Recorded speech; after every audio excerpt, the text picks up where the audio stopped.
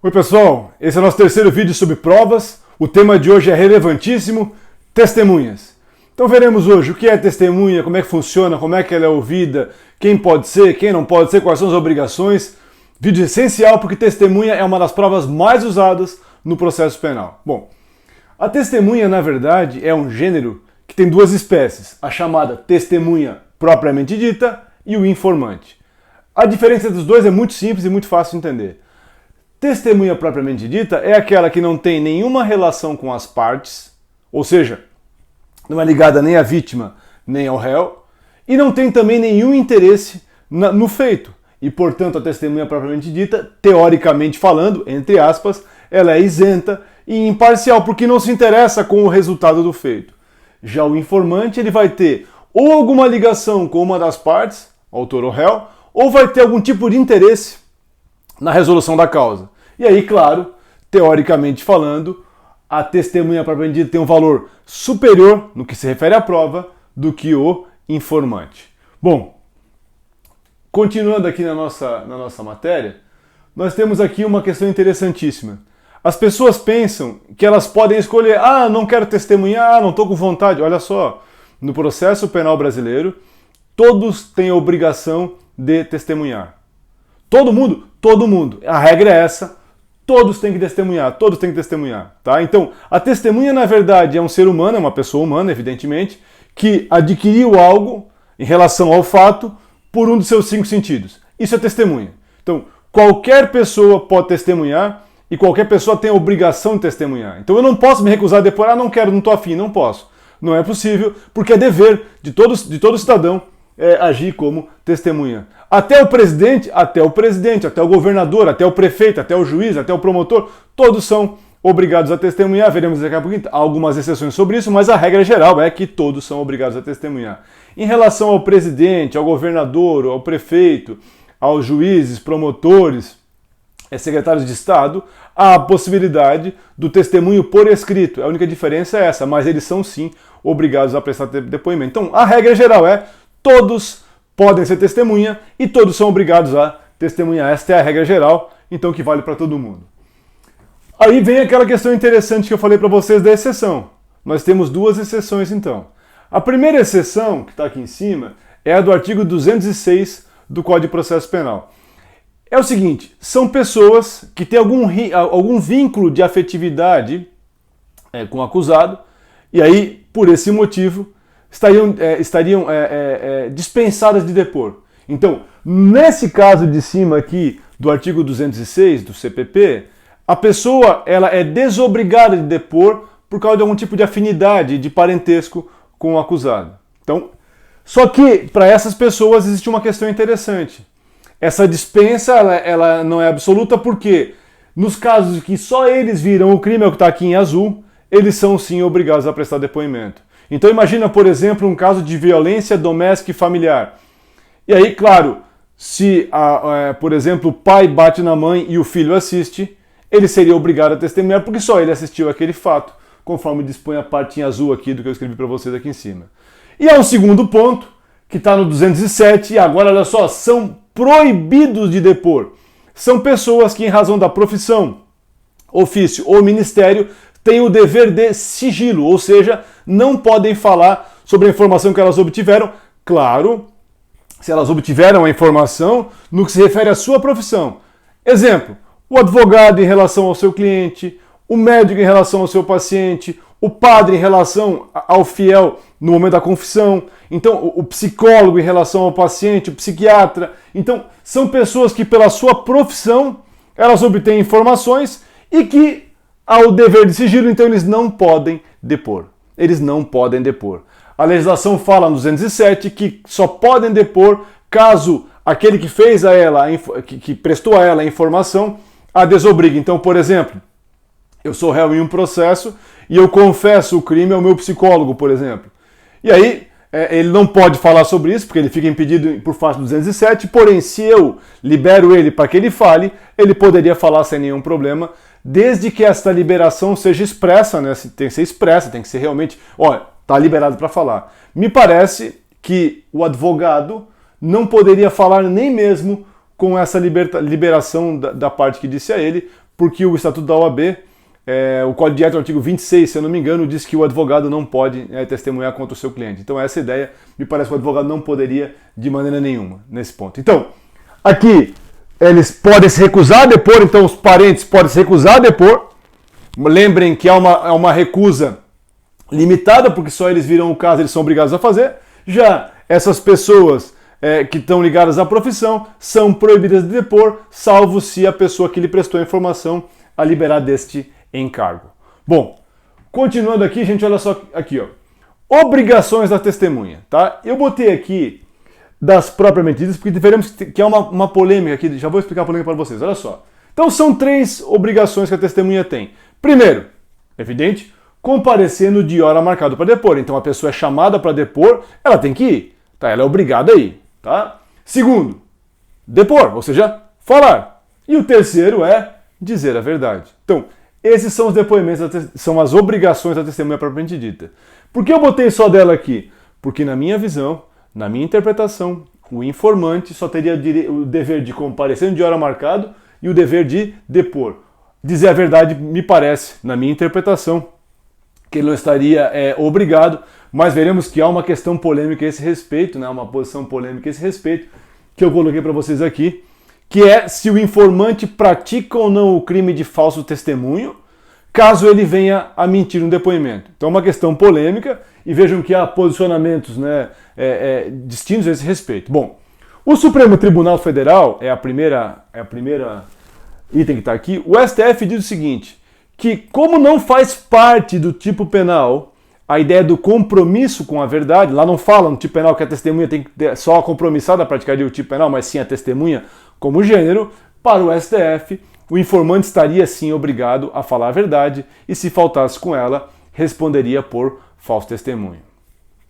O STJ tem uma posição parecida, só que a posição do STJ é interessante porque eles falam que estaria sim o informante obrigado a dizer a verdade, salvo aqueles que estão lá no 206. Pai, mãe, irmão, filho, por quê? Porque o vínculo de afinidade entre a pessoa que vai ser prejudicada pelo depoimento dela e ele isentaria de falar a verdade.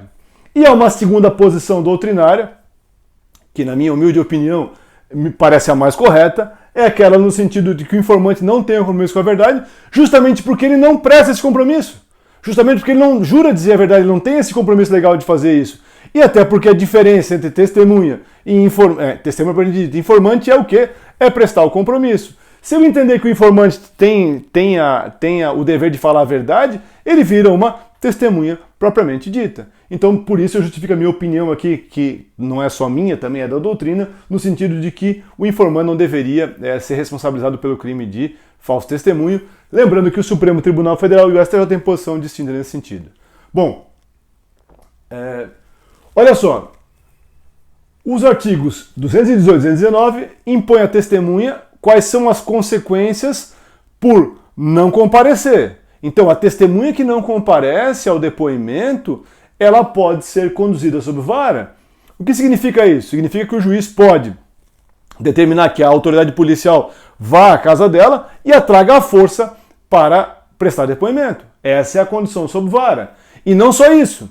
Além de passar por esse constrangimento de ser conduzido sob vara e parecer a todos que está sendo preso, né, é um constrangimento que existe isso aí, a testemunha ainda pode responder por desobediência, receber uma multa que vai de 1 a 10 salários mínimos, né, que é uma multa significativa, e ainda tem que pagar a diligência policial, ou seja, os custos da polícia até a casa, buscar, trazer, todos esses custos. Então, é uma situação dispendiosa para a testemunha que resolve faltar um depoimento. É evidente que só vai acontecer caso a testemunha tenha faltado por desídia, não se ela faltou porque estava doente ou estava internada no hospital ou assim por diante. Então isso só vai acontecer, repito, se a testemunha faltou porque não quis comparecer, aí sim o juiz determinará essas providências aqui. Bom, questão interessante, gente, que não é nem bem essa matéria aqui, a matéria é mais procedimento, mas é legal lembrar disso aqui, é a ideia de quantas testemunhas eu posso ouvir num processo criminal.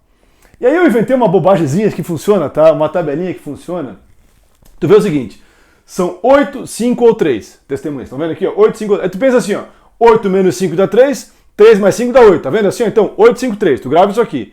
E aí tu vai pensar o seguinte,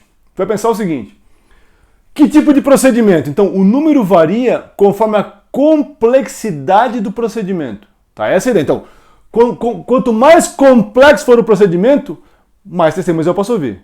Então, olha só. No procedimento comum ordinário, que é dos procedimentos comuns o mais complexo, eu posso ouvir até 8 testemunhas para cada parte. No procedimento sumário, que é o intermediário, e também na lei de drogas, eu posso ouvir 5 para cada parte.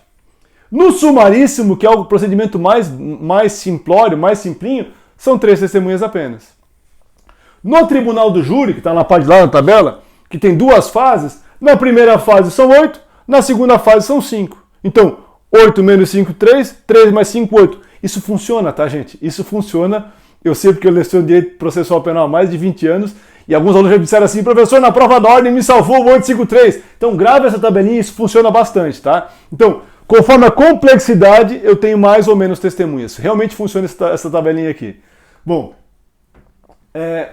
como é que funciona o depoimento, então? Para encerrar o vídeo de hoje, como é que funciona o depoimento? É bem simples, tá?